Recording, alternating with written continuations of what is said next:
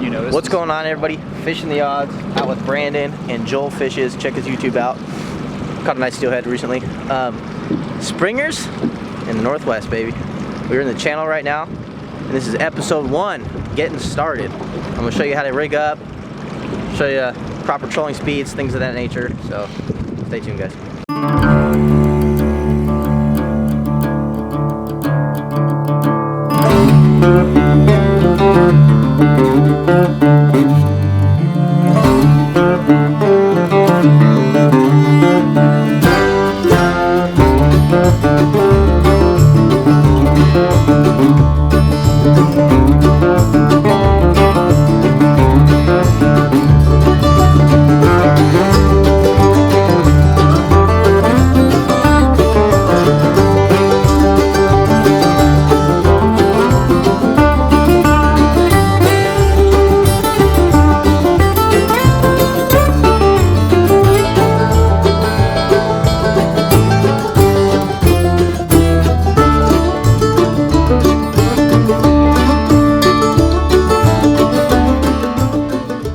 Guys, so I just want to give you a couple tips on how to rig for springers early on in the year.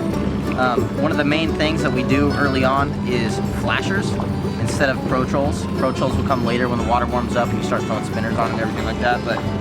But to get started in early springer fishing, this is the setup you're going to run with. Okay, so we have your main line here. I got 50-pound braid. You'd be fine with 40, 30, but generally I like to run 50-pound braid. So I have a bead to a sinker slide to a bead, okay? And off this sinker slide, I tie barrels full of snaps to everything so I can just click on. But we have a 10-inch dropper, approximately 8 to 10 inches, and you want this line to be a lot lighter than anything else, okay? This is 15-pound test because if I snag something, I will only lose this and I won't lose any of my gear, okay?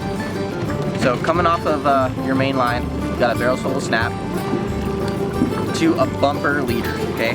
This bumper leader is 120-pound mono. Now this is to keep your gear straight and true in the water, and it helps prevent tangles, okay? So you don't wanna, it's pretty easy to tangle up when you have all this gear down there, so this really does help keep it true. So off of that, hey dude, bonking things down here. I'm gonna record this is funny. Off of that, you got tangles, okay? Dude, you did so good right there. So then you have a flasher. I like to run these Yakima flashers, and I clean mine with soap just to keep that flash nice and shiny. You know what I'm saying? So off your bumper, you got a bead chain. This bead chain is also to help prevent line twist.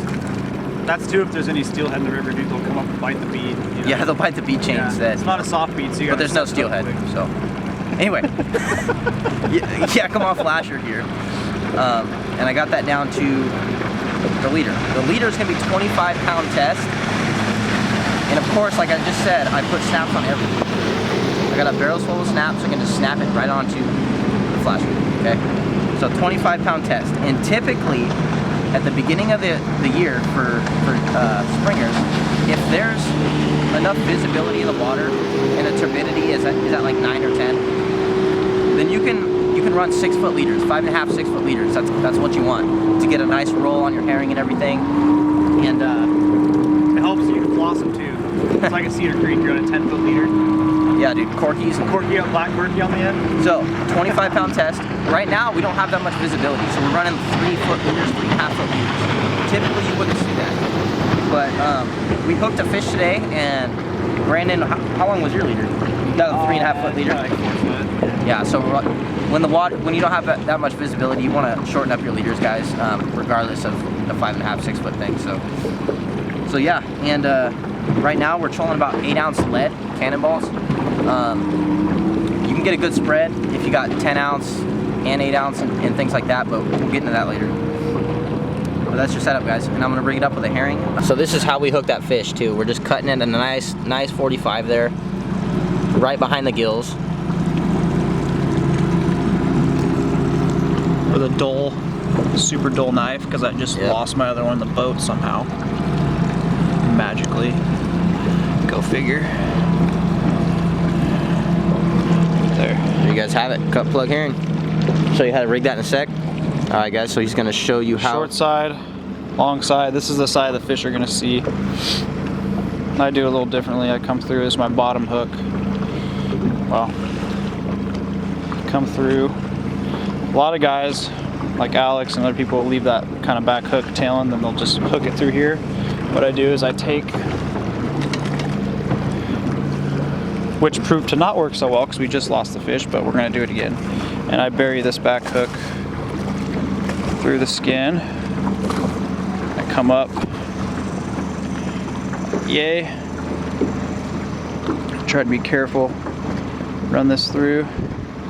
And that just kind of pins that back hook to the tail. Then you come here on the long side. Come up around the backbone. There you guys have it. There's your bait. We'll stick this in the water and show you what a good roll looks like. There's a nice tight roll for you guys.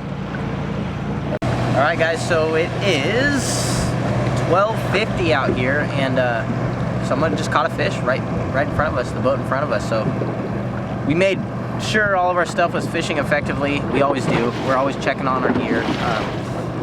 The bottom changes drastically from time to time, so just make sure you guys are paying attention to your fish finder, making sure all your gear is on the bottom at all times. And one easy way to do that is just pick up your rod and just lift it up and then set it back down, and boom. You see how I hit bottom right there? Right there, I hit bottom. So I just make sure that's happening, and I'll pull up a crank and I'll set it back in. I know I'm trolling effectively when I'm on bottom like that, and that's what those guys were doing when they caught that fish, and that's what we were doing when we caught our fish. So, or we hooked our fish, we didn't land it, but he's there, dude. He's there. We're on. We are on. Fish on, guys. Let me get my line in. Hey, get the net. Get the net. Alex, get the net ready, dude. My pole's behind you. Here, go. Here. Get the shit ready. Break the net. Break that shit. Oh. Shit. He wasn't even here. How was it losing that Springer, Brandon? You want to talk about it? I just want to cry, dude. Just gonna go home, bonk a bunch of beers, and cry myself to sleep. All right. And Man. hope that Wednesday, when I get my ass back out here, I don't repeat. You probably That was will. cool though. It was cool to see a Springer, man. I mean, it's one of those things, like I was just saying, it's like, I had a bait strip yesterday with teeth marks, and it could have been a walleye, could have been a bass, probably a Springer, might not have been, but today actually to visibly see the Springer up beside the bows, I mean, it was still cool. Cool Yeah. that they exist, and nice to know that, like, what we're doing, trolling speeds, herring, the roll, so much little stuff that we think about, just to know that you're doing it somewhat right. So Plus, cool. it's really early, man. You hooked an early fish. Yeah, it's early, but there's fish being caught. I mean, it's not good, but There's fish being caught, but think about the ratios, the numbers. It's not good. There's probably what we saw around here in the channel. I'm not going to mention where. We're in the Multnomah Channel somewhere. Between probably about 60 boats. Between Jennings fishing and the Jones, tide, there was probably 10-ish fish caught. I would say like 8, 5. maybe 8. Yeah, I mean, yeah, I'm just saying the ones that, yeah. I'd Somewhere say in 5. there wasn't a lot of fish caught, so You're talking 5 for 100 and It's 100 boats. good to know that at least doing shit right. So Yeah, we're doing it right. until next time. We're definitely trying our heart outs here. Hearts out. We're definitely trying our hearts. Got our hard-ons out, dude. We got our heart ons. Got our hard-ons out.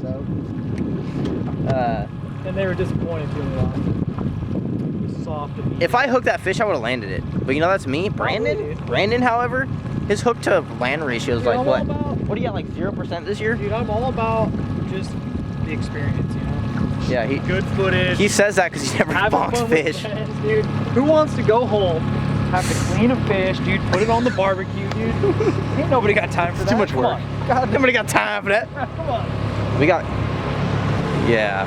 I'm not gonna say what I was about to say, but But it was a super bummer. it was a super bummer. But that's fishing, you guys. You know what? You lose a fish, you got to get back out here. That is literally part of it, and it's going to happen to each and every one of you Except for me. at some point or another. Except for this me. guy. Well, you can't lose one if you don't hook it. Yeah, that's true. All right, guys, just a little midday update here. We hooked that fish in the morning during slack tide. When you guys go out, one of the big things is checking the tide charts, especially lower in the system, because you're affected much more by the tide than if you were way up in Oregon City or something like that. So Those fish push in when that tide comes up and come in. They push in from the ocean. yeah, they push in. It's a lot easier for those fish to move, guys. So that's one of the big things is check your tide charts and get out there when you can, when that tide's coming in. And fish slack tide too. Slack tide's another good time to fish. And all right, guys. So as I picked up the camera, we had a Springer on. Lost it at the boat, unfortunately. I caught part of that fight on film. That was pretty awesome. Botched it, dude. Everybody is trolling downriver, and I was like, you know, let's troll upriver because it's colder and the bait's gonna sit in front of the fish for that much longer. You know what I'm saying? So a lot of boats are passing through the same spot, and everyone's trolling downriver, and then as soon as we come upriver, we hooked a fish. So just trying new things out here, guys, and seeing what's gonna happen. We're pretty fortunate to hook a fish when there's like 200 boats out here and there's only a couple fish caught, so stay tuned, guys. All right, guys, Springer life, huh? The anticipation was there. We hooked a fish. Brandon hooked a nice, almost I used those words. Brandon hooked a nice fish. Small fish. It was probably, I saw it. I actually got to see it up by the boat. Maybe. But I don't want to lie too much. But if it was 10 pounds, I'd be stretching it a little bit. So 8 or 9 pounds. To us, it's a nice fish because nobody's catching fish this early on. I mean, you got 150 boats out here and like 7 fish. So to see a fish, that was really cool. We're just curing our herring with the ProCure green, you know. Brine and Bright. Brine and Bright. You give away your recipe. Oh yeah, it's a huge secret. You know? Yeah, no secret. So, you know, everybody else is doing the same thing right now. I mean, that's just kind of what you do early Springer fishing, but hopefully you guys enjoyed some of the video and some of the tips to get you guys started. Some guys don't know what they're doing out here, so this is for you guys. So and fish to come, for sure. And for this guy. Yeah. Get it figured out. There's fish to come. There's fish to come for sure. This is the first day Springer fishing for us, and we hooked a fish, so you can't say it's a bad start. So we had a good time out here on the river today, and it's a beautiful day as well. So the visibility wasn't too great, so we shortened up our leaders a bit, but you know, still managed to hook a fish. Hopefully you guys enjoyed the video. Tight lines.